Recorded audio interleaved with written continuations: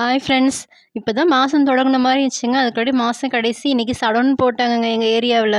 நானும் அப்படியே காஃபி போட்டுட்டு பாத்திரத்தை எல்லாத்தையும் விலையை கழுவி வச்சுட்டு நாங்களும் காஃபி குடிச்சிட்டு பையன்ட டே இன்னைக்கு அம்மா உணவத்தில் சாப்பிட்டுக்கடான்னு அவனுக்கு ஒரு 20 ரூபாய் காசு கொடுத்துட்டு நான் கம்பெனி கிளம்பிட்டேங்க.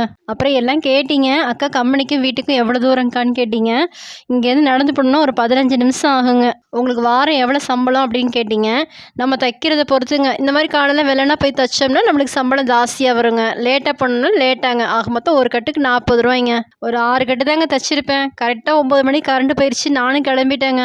எங்கள் வீட்டு பக்கத்தில் மணியம்மான்னு ஒரு அம்மா இருக்கிறாங்க.